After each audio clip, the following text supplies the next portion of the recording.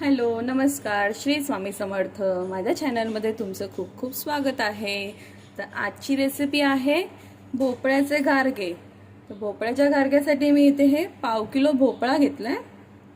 पाव किलोसाठी इथे गूळ घेतलाय, अर्धा किलो तांदळाचं पीठ, गव्हाचं पीठ घेतलंय, हे तीळ घेतले 2 चमचे, चवीनुसार मीठ घ्यायचं आहे, हळद अर्धा चमचा घेतलाय, हे जायफळ घेतलंय, हे आपल्याला किसून टाकायचं आहे, आणि इथे वेलची पूड घेतली आहे. तर आपण आता रेसिपीला सुरुवात करूया. 1 चमचा तूप घालून घेते.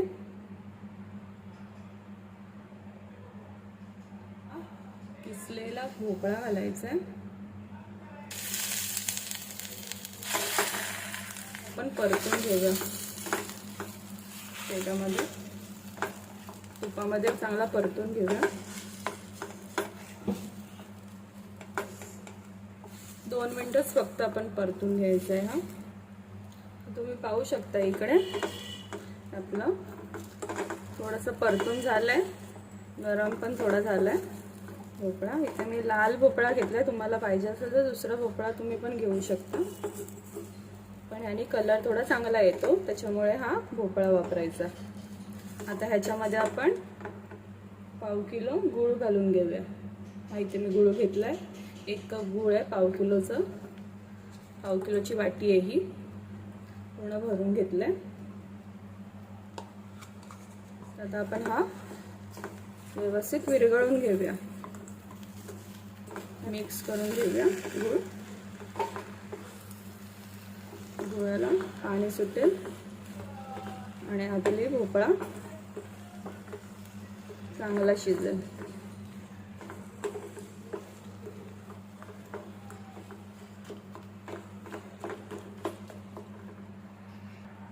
तर तुम्ही आता इथे पाहू शकता, तुम्ही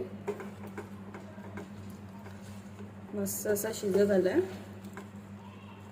गुळ पण विरघळत आलाय. आणि बारीक गॅसवरतीच आपल्याला हे असं परतून घ्यायचंय, मोठा गॅस नाही करायचा, नाहीतर ते करपू शकतं, खाली लागू शकतं. हे बघा, याचा बारीक गॅसवर केलाय म्हणून इथे लागलं नाही, नाहीतर मोठा गॅस केला, फ्लेम मोठी केली तर ते खाली करपू शकतं. त्यामुळे असं बारीक गॅसवरतीच आपल्याला परतून घ्यायचंय.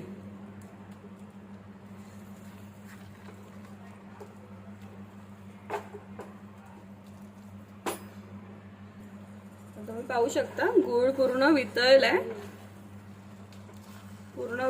गूळ. आता आपण ह्याच्यामध्ये जायफळ थोडं टाकून घेऊया. पाव चमचा टाकायचा जायफळ, जास्त नाही टाकायचा. गॅस मी बंद केलाय. जायफळ घेतलाय मी, तो आपण थोडासा किसूया याच्यावरती.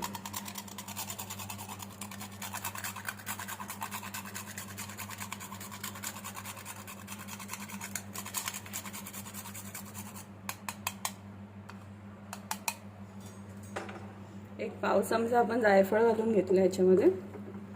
आता आपण हे थोडं थंड करून घेऊया आणि आपण पीठ मळून घेऊया. आता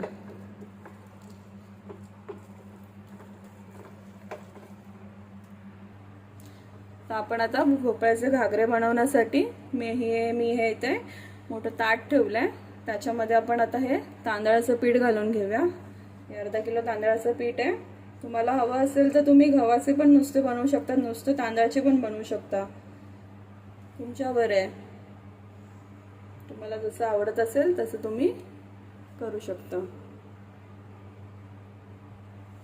इकडे हे पाव किलो गव्हाचं पीठ घेतलंय. तांदळाच्या पिठाने एकदम खुसखुशीत होतात आणि गव्हाच्या पिठाने थोडंसं त्याला नरमपणा येतो, त्याच्यामुळे हे आपण असे पीठ मिक्स करून घेऊया. नुसतं गव्हाचं पीठ हवं असेल तुम्हाला तर तेही बनवू शकता, ते नरम होतील एकदम. तांदळाच्या पिठाने खुसखुशीत होतात एकदम. असं मिक्स करून घेऊया. आता ह्याच्यामध्ये आपण चवीपुरतं मीठ घालून घेऊया.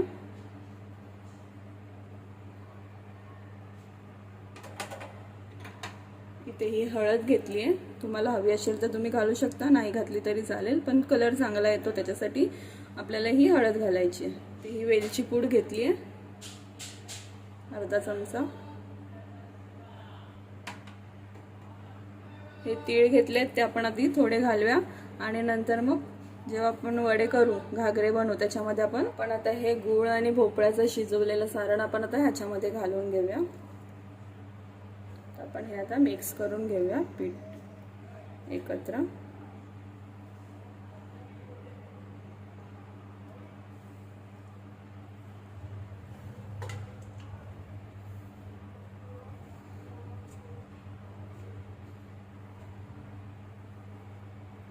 असं सारण थंड झाल्यावरच आपण टाकायचं याच्यामध्ये पिठामध्ये, नाहीतर चटका लागू शकतो.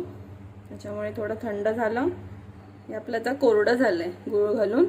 तर आता आपण ह्याच्यामध्ये थोडं थोडं पाणी घालून मळून घेऊया पीठ. इथे मी अर्धी वाटी पाणी घेतलंय, ह्याच्यामध्ये थोडं थोडं आपण टाकून मळून घेऊया. जास्त नाही टाकायचं एका वेळेला, थोडं थोडं घालायचं आणि मळायचं.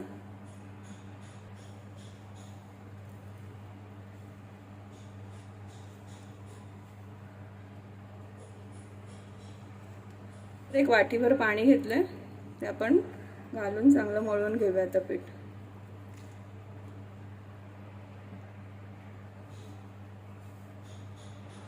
इथे माझं हे पीठ मळून झालंय. इथे मला आता हे 1.5 कप पाणी लागलं ह्याच्यासाठी. आपण आता हे गोळे करून लाटून घेऊया आणि तळून घेऊया. इथे मी हे पीठ बाउलमध्ये ट्रान्सफर करून घेतलंय. आता ह्याचे आपल्याला छोटे छोटे गोळे करायचे आहेत आणि ते पुरीसारखे आपल्याला लाटून घ्यायचे आहेत आणि गरम तेलामध्ये सोडायचे आहेत. मी इथे गोळे करून घेते. तुम्हाला आवडीनुसार तुम्ही छोटे मोठे गोळे करू शकता. असे गोळे करून घ्यायचे. तुम्ही थापू पण शकता किंवा लाटू पण शकता. एवढे एवढे गोळे घेतलेत मी.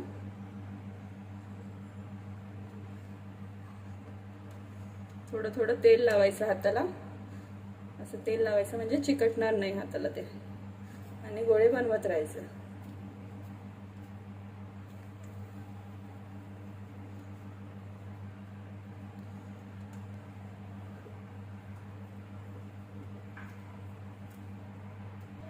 इथे आपले गोळे तयार आहेत. हे असे गोळे करून घेतले आणि आता हे पीठ आपण झाकून ठेवून देऊया. त्यासाठी आपण इथे ओला रुमाल किंवा कपडा काही पण असेल तुमच्याकडे तो असं झाकून ठेवायचा ओला, त्यामुळे पीठ आपलं सुकणार नाही. असं झाकून ठेवायचं. आता आपण तेल तापत ठेवलंय. आता आपण पुरी घागरे बनवून घेऊया. तर इथे मी हे पोलपाट आणि लाटणं घेतलंय. आपण ह्याला पीठ नाही लावायचं. पीठ लावलं तर तेल जळू शकतं आणि तेल खराब होऊ शकतं. त्याच्यासाठी आपण इथे तेल लावायचं. असं लाटणीला असं तेल लावून घ्यायचं. असं लाटणीला असं तेल लावून घ्यायचं, म्हणजे आपलं जे तेल आहे ते खराब नाही होणार. आपण आता हे पुरी लाटून घेऊया. हळूहळू लाटायची, जास्त जोर नाही द्यायचा.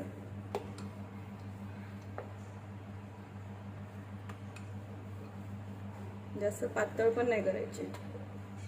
अशी पुरी अशी लाटून घ्यायची, जास्त पातळ नाही करायची. त्यात आपण तळून घेऊया. अशा मी सगळ्या करून ठेवते. आणि तुम्ही असं थापून सुद्धा करू शकता.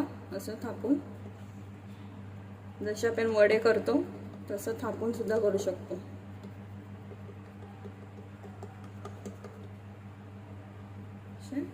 थापून आपण करू शकतो.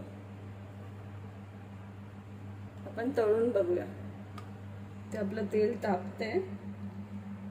आधी आपण छोटासा तुकडा घालून बघूया की तेल तापलंय का.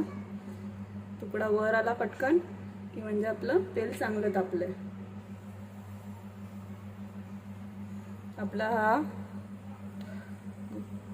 पिठाचा तुकडा वरती आलाय म्हणजे आपलं तेल तापलंय. आपण ही पुरी त्यात सोडून घेऊया. ही आपण लाटलेली पुरी आहे. गॅस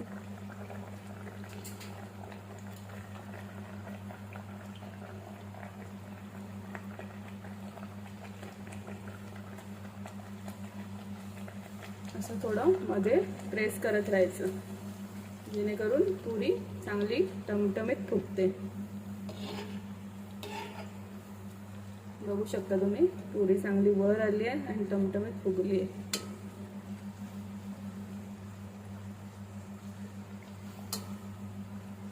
ही पुरी पण आपण घालून घेऊया.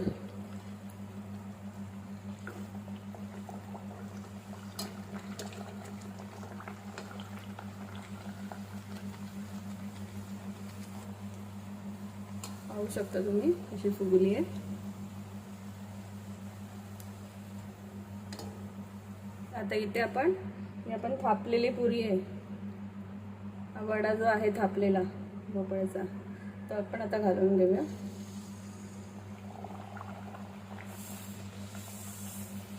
असं मध्ये मध्ये दाब देत राहिलं की ना की तो फुगतो. बघू शकता तुम्ही, बघा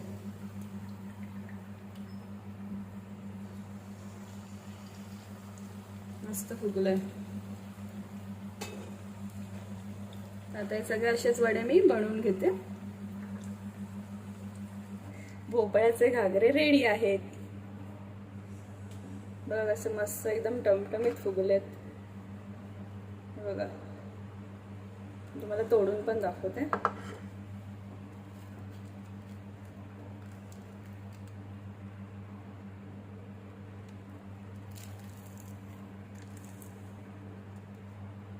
असं सॉफ्ट आणि कुरकुरीत झालेत.